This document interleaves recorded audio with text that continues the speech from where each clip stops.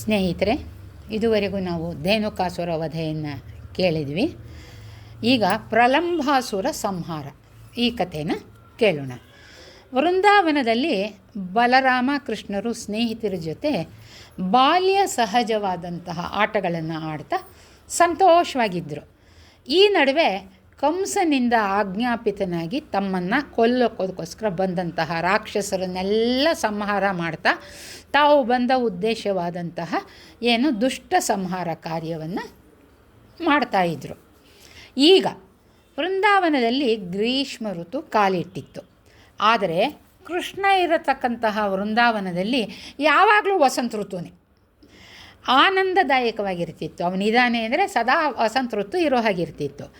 ಗೋವರ್ಧನಗಿರಿಯಿಂದ ಹರಿದು ಬರ್ತಾ ಇದ್ದಂತಹ ನದಿಗಳ ಒಂದು ಜುಳು ಜುಳು ನಾದ, ಗಿರಿಗಳಿಂದ ಹರಿಯುವ ನದಿಗಳ ತುಂತುರು ಹನಿಗಳು, ವೃಕ್ಷಗಳ ಎಲೆಗಳು ತಮ್ಮ ಮೇಲಿನ ಧೂಳು ತೊಳ್ಕೊಂಡು ಯಾವಾಗಲೂ ಕೂಡ ಹಚ್ಚ ಹಸಿರಾಗಿ ಕಂಗೊಳಿಸ್ತಾ ಇರ್ತಿತ್ತು. ನದಿ ಸರೋವರಗಳ ಮೇಲಿನಿಂದ ಬೀಸತಕ್ಕಂತಹ ತಂಗಾಳಿ, ಸುಗಂಧ ಪುಷ್ಪಗಳ ಸುವಾಸನೆ ಅನ್ನತಕ್ಕಂಥದ್ದು ಎಲ್ಲೆಡೆ ಪಸರಿಸ್ತಾ ಇರ್ತಿತ್ತು. ಇಂತಹ ಶೀತಲ ವಾತಾವರಣದ ವೃಂದಾವನದಲ್ಲಿ ಕಾಳ್ಗಿಚ್ಚಿನ ಭೀತಿ ಅನ್ನತಕ್ಕಂಥದ್ದು ಇರಲಿಲ್ಲ. ಕಾಳ್ಗಿಚ್ಚಿರ್ತಿರಲಿಲ್ಲ, ತಂಪು ವಾತಾವರಣ ಇದ್ದಿದ್ದರಿಂದ. ಗ್ರೀಷ್ಮ ಋತುವಿನಲ್ಲೂ ಸೂರ್ಯನ ತಾಪದ ಅನುಭವ ಆಗ್ತಾ ಇರಲಿಲ್ಲ. ವೃಂದಾವನ ಹೂವು ಹಣ್ಣುಗಳಿಂದ ಸಮೃದ್ಧವಾಗಿ ಸಂಪದ್ಭರಿತವಾಗಿದ್ದು ಜನ ಸುಭಿಕ್ಷವಾಗಿ ಜೀವಿಸ್ತಾ ಇದ್ದರು. ಮೃಗಗಳು ಆನಂದವಾಗಿ ವಿಹರಿಸ್ತಾ ಇದ್ದವು. ಕೋಕಿಲ ಮುಂತಾದ ಪಕ್ಷಿಗಳು ಆನಂದದಿಂದ ಸುಮಧುರವಾಗಿ ಧ್ವನಿಯನ್ನು ಗೈತಾ ಇದ್ದವು. ನವಿಲುಗಳು ನರ್ತಿಸ್ತಾ ಎಲ್ರಿಗೂ ಸಂತೋಷವನ್ನು ಉಂಟು ಮಾಡ್ತಾ ಇದ್ದವು. ಇಂತಹ ಸುಂದರ ಪರಿಸರದಲ್ಲಿ ಕೃಷ್ಣ ಬಲರಾಮರು ತಮ್ಮ ಗೆಳೆಯರೊಡನೆ ವನದಲ್ಲಿ ಅರಳಿರತಕ್ಕಂತಹ ಪುಷ್ಪಗಳು, ಹೊಸ ಚಿಗುರು ಮುಂತಾದವುಗಳಿಂದ ತಮ್ಮನ್ನು ಸಿಂಗರಿಸ್ಕೊಂಡು, ನವಿಲು ಗರಿಗಳನ್ನು ಧರಿಸ್ಕೊಂಡು, ಅಲ್ಲೆಲ್ಲ ನವಿಲು ಕುಣಿದಾಗ ಗರಿಗಳು ಉದುರುತ್ತಿತ್ತಲ್ಲ, ಅದನ್ನೆಲ್ಲ ತಗೊಳ್ಳೋದು, ಧರಿಸ್ಕೊಳ್ಳೋದು, ನರ್ತಿಸೋದಕ್ಕೆ ಅದನ್ನು ನವಿಲಲ್ಲ, ಆ ಗರಿಯನ್ನು ತಾವು ಸಿಗಿಸ್ಕೊಂಡು ನವಿಲು ತರಹ ನರ್ತನವನ್ನು ಮಾಡ್ತಾಯಿದ್ರು. ಕೆಲವರು ಕೊಳಲು ನುಡಿಸೋದಕ್ಕೆ ಆರಂಭಿಸಿದ್ರೆ, ಮತ್ತು ಕೆಲವರು ಹಾಡು ಹೇಳೋದಕ್ಕೆ ಪ್ರಾರಂಭಿಸಿದ್ರು. ಇನ್ನು ಕೆಲವರು ನರ್ತನ ಮಾಡತಕ್ಕಂತಹವ್ರನ್ನ, ಹಾಡತಕ್ಕಂಥವ್ರನ್ನ ಪ್ರೋತ್ಸಾಹದ ಮಾತುಗಳಿಂದ ಹುರಿದುಂಬಿಸೋದು. ಯಾಕೆಂದರೆ ಅವರಿಗೆ ಹಾಡೋಕ್ಕೆ ಡ್ಯಾನ್ಸ್ ಮಾಡೋಕ್ಕೆ ಬರಲ್ಲ, ಬಟ್ ಮಾಡೋರನ್ನ ನೋಡಿ ಹುರಿದುಂಬಿಸ್ತಾ ಇದ್ದರು. ಕೆಲ ಗೆಳೆಯರು ಕೃಷ್ಣ ಬಲರಾಮನನ್ನು ಸ್ತುತಿಸ್ತಾ ಇದ್ದರು. ಹೀಗೆ ಬಾಲಕರು ಅನೇಕ ರೀತಿ ಆನಂದದಾಯಕ ಚಟುವಟಿಕೆಗಳಲ್ಲಿ ತಮ್ಮನ್ನು ತೊಡಗಿಸ್ಕೊಂಡು ವನವಿಹಾರ ಮಾಡ್ತಾ ಇದ್ದಾರೆ. ಬಿಲ್ವ ಬೇಲದ ಕಾಯಿಗಳಿಂದ ಚೆಂಡಾಟ ಆಡ್ತಿದ್ದಾರೆ. ಈಗ ಚೆಂಡಿಲ್ಲ ಅವರಿಗೆ, ಎಲ್ಲೆಲ್ಲಿ ಬಿಲ್ವಕಾಯಿ ಸಿಗುತ್ತೋ, ಬೇಲ್ಪತ್ರೆ ಮರ ಸಿಗುತ್ತೋ ಆ ಕಾಯಿ ಕಿತ್ಕೊಳ್ಳೋದು, ಎಲ್ಲಿ ಬೇಲದ ಮರ ಕಾಣಿಸುತ್ತೋ ಆ ಕಾಯಿ ಕಿತ್ಕೊಂಡು ಅದರಲ್ಲಿ ಚೆಂಡಾಟ ಆಡತಕ್ಕಂಥದ್ದು.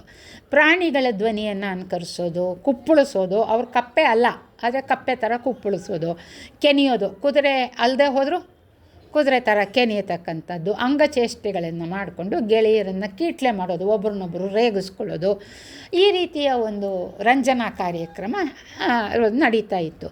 ಕೂಸ್ಮರಿ ಆಟ, ಆಮೇಲೆ ಒಬ್ಬ ಬೆನ್ನ ಮೇಲೆ ಹೊತ್ಕೊಳ್ಳೋದು, ಕೂಸ್ಮರಿ ಆಟ, ಮರ್ಕೋತಿ ಆಟ, ರಾಜನಾಟ, ಹೀಗೆ ನಾನಾ ವಿಧವಾದಂತಹ ಆಟಗಳನ್ನು ಆಡ್ತಾ ಇದ್ದರು. ಒಂದು ದಿವಸ ಹೀಗೆ ಆಟಗಳಲ್ಲಿ ತೊಡಗಿರುವಾಗ ಪ್ರಲಂಬಾಸುರ ಅನ್ನತಕ್ಕಂತಹ ರಾಕ್ಷಸನು ವೇಷ ಮರೆಸ್ಕೊಂಡು ಇವ್ರ ಹತ್ರ ಬಂದ. ಅವನು ಕೃಷ್ಣ ಬಲರಾಮನ್ನ ಅಪಹರಿಸ್ಕೊಂಡು ಹೋಗತಕ್ಕಂಥ ಉದ್ದೇಶದಿಂದ ಬಂದಿದ್ದ. ಕೃಷ್ಣನಿಗೆ ಅವನ ಮನಸ್ಸಿನಲ್ಲಿರತಕ್ಕಂತಹ ವಿಷಯ ಅನ್ನೋದು ತಿಳಿಯಿತು. ಆದರೂ ತಮ್ಮೊಡನೆ ಅವನನ್ನು ಆಟಕ್ಕೆ ಸೇರಿಸ್ಕೊಂಡ್ರು. ಗೊತ್ತಿತ್ತು ಇವನು ಯಾಕೆ ಬಂದಿದ್ದಾನೆ ಅಂತ, ಆದರೂ ತಮ್ಮ ಜೊತೆ ಆಟ ಆಡೋಕ್ಕೆ ಸೇರಿಸ್ಕೊಂಡ್ರು. ಆದರೂ ಅವನನ್ನು ಸಂಹರಿಸೋದು ಹೇಗೆ ಅಂತ ಯೋಜನೆಯನ್ನು ಕೂಡ ಜೊತೆಗೆ ಆಟ ಆಡುವಾಗ ಇವನನ್ನು ಹೆಂಗೆ ಮುಗಿಸ್ಬೋದು ನಾವು ಅಂತ ಆ ಯೋಜನೆಯನ್ನು ಕೂಡ ಮಾಡ್ತಾ ಇದ್ದ. ಕೃಷ್ಣ ಎಲ್ಲ ಹುಡುಗರನ್ನ ಕರೆದುಬಿಟ್ಟು ಒಂದು ಆಟ ಏನಪ್ಪ ಅಂತಂದರೆ, ಈ ಒಂದು ಆಟದ ನಿಯಮ ಏನು ಅಂದರೆ ಅವರಿಗೆ ವಿವರಿಸ್ತಾ, ಇವಾಗ ನಾನೊಂದು ಆಟ ಆಡಿಸ್ತೀನಿ, ಅದರ ನಿಯಮ ಹೇಗೆ ಕೇಳಿಸ್ಕೊಳ್ಳಿ ಅಂದ್ಬಿಟ್ಟು ಅದರ ಅನ್ವಯ ಹೇಗೆ. ಹುಡುಗರು ಎರಡು ಗುಂಪುಗಳಾದರು. ಈಗ ಎ ಪಾರ್ಟಿ ಬಿ ಪಾರ್ಟಿ ಅಂತ ಎರಡು ಗುಂಪಾದರು. ಬಲರಾಮನ ನಾಯಕತ್ವದಲ್ಲಿ ಒಂದು ಪಂಗಡ, ಕೃಷ್ಣನ ನಾಯಕತ್ವದಲ್ಲಿ ಮತ್ತೊಂದು ಪಂಗಡ. ಸೋತವ್ರು ಏನಪ್ಪ ಈ ಆಟದಲ್ಲಿ ಅಂದರೆ, ಸೋತವರು ಗೆದ್ದವ್ರನ್ನ ಹೊತ್ಕೊಂಡು ಆಲದ ಮರದವರೆಗೆ ಹೋಗಬೇಕು ಅನ್ನೋ ಒಂದು ಷರತ್ತನ್ನು, ನಿಯಮವನ್ನು ಮಾಡಿಕೊಂಡ್ರು.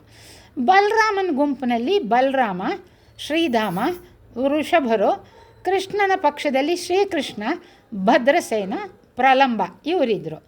ಆಟದಲ್ಲಿ ಕೃಷ್ಣನ ಗುಂಪಿನವರು ಸೋತು ಹೋಗ್ಬಿಟ್ರು. ಆಟದ ನಿಯಮದಂತೆ ಈಗ ಏನು ಮಾಡಬೇಕಾಗಿತ್ತು? ಶ್ರೀಕೃಷ್ಣ ಶ್ರೀಧಾಮನನ್ನು, ಭದ್ರಸೇನ ವೃಷಭನನ್ನು, ಬಲರಾಮನನ್ನು ಪ್ರಲಂಬನು ಇವರು ಹೊತ್ಕೊಂಡು ಆಲದ ಮರದವರೆಗೆ ಹೋಗಬೇಕಾಗಿ ಬಂತು. ಉಳಿದವರು ಶೀಘ್ರವಾಗಿ ಆಲದ ಮರವನ್ನು ತಲುಪಿದ್ರು. ಆದರೆ ಪ್ರಲಂಬ ಬಲರಾಮನನ್ನು ಎತ್ಕೊಂಡು ನಿರ್ದಿಷ್ಟವಾದ ಆಲದ ಮರವನ್ನು ದಾಟಿ ಮುಂದಕ್ಕೆ ಹೋದ. ಆದರೆ ಅವನಿಗೆ ಬಲರಾಮನನ್ನು ಎತ್ಕೊಂಡು ಹೆಚ್ಚು ದೂರ ಹೋಗೋದಕ್ಕೆ ಆಗಲೇ ಇಲ್ಲ. ಬಲರಾಮ ಪರ್ವತದಂತೆ ಭಾರ ಆಗಿಬಿಟ್ಟ ಅವನಿಗೆ. ಪ್ರಲಂಬ ಅವನನ್ನು ಹೊರಕ್ಕೆ ಆಗದೆ ಅಲ್ಲೇ ನಿಂತ್ಕೊಂಡ್ಬಿಟ್ಟ. ಆಗ ತನ್ನ ರಾಕ್ಷಸಾಕಾರವನ್ನು ತಳೆದ. ಅವನ ನಿಜ ರೂಪ ಬಂತು. ಪ್ರಲಂಬಾಸುರನ ಕಣ್ಣುಗಳು ಅಗ್ನಿಯ ಹಾಗೆ ಕಂಗೊಳಿಸ್ತಾ ಇತ್ತು. ಕೋಪ ಬಂದ್ಬಿಡ್ತು. ಅದರಿಂದ ಹುಬ್ಬುಗಳನ್ನು ಗಂಟು ಕಟ್ಟಿದವು. ಕೋರೆ ದಾಡೆಗಳು, ಅವನ ಕೂದಲು ಎಲ್ಲವೂ ಭಯಂಕರವಾಗಿ ಕಾಣಿಸ್ತಾ ಇತ್ತು.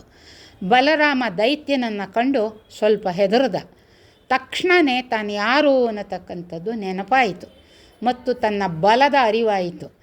ತನ್ನನ್ನು ಹೊತ್ಕೊಂಡು ಹೋಗ್ತಾ ಇರೋನು ಯಾರು ಅಂತ ತಿಳಿದ ಬಲರಾಮ ಕೋಪೋದ್ರಿಕ್ತನಾಗಿ ತನ್ನ ಮುಷ್ಟಿಯಿಂದ ಪ್ರಲಂಬಾಸುರನ ತಲೆಗೆ ಹೊಡೆದ್ಬಿಟ್ಟ. ಪ್ರಲಂಬಾಸುರನ ತಲೆ ಒಡೆದು ನುಚ್ಚು ನೂರಾಯಿತು. ರಾಕ್ಷಸನ ಪ್ರಾಣ ಹಾರು ಹೋಯಿತು. ಪ್ರಲಂಬಾಸುರ ಭೂಮಿ ಮೇಲೆ ಬಿದ್ದ. ಬಲರಾಮ ಪ್ರಲಂಬಾಸುರನನ್ನು ಸಂಹರಿಸಿದ್ದನ್ನು ನೋಡಿ ಗೆಳೆಯರು ಅವನನ್ನು ಹೊಗಳಿದ್ರು. ಪ್ರಲಂಬಾಸುರ ತಮ್ಮ ನೆಚ್ಚಿನ ನಾಯಕನನ್ನು ಎತ್ಕೊಂಡು ಹೋದದ್ದು ಎಲ್ಲರ ಒಂದು ಆತಂಕಕ್ಕೆ ಕಾರಣವಾಗಿಬಿಟ್ಟಿತ್ತು. ಆದರೆ ಬಲರಾಮ ಅವನನ್ನು ಸಂಹರಿಸಿ ಕ್ಷೇಮವಾಗಿ ಹಿಂದಿರುಗಿದಾಗ ಎಲ್ಲರ ಸಂತೋಷಕ್ಕೆ ಎಣೆಯೇ ಇಲ್ಲದಂತೆ ಆಯಿತು. ನಾವು ಇದುವರೆಗೆ ಪ್ರಲಂಬಾಸುರ ಸಂಹಾರವನ್ನು ಕೇಳಿದ್ವಿ. ಮತ್ತೆ ಭೇಟಿಯಾಗೋಣ. ತಮ್ಮೊಡನೆ ರಾಜಲಕ್ಷ್ಮಿ ಗೋಪಾಲ್. ನಮಸ್ಕಾರ.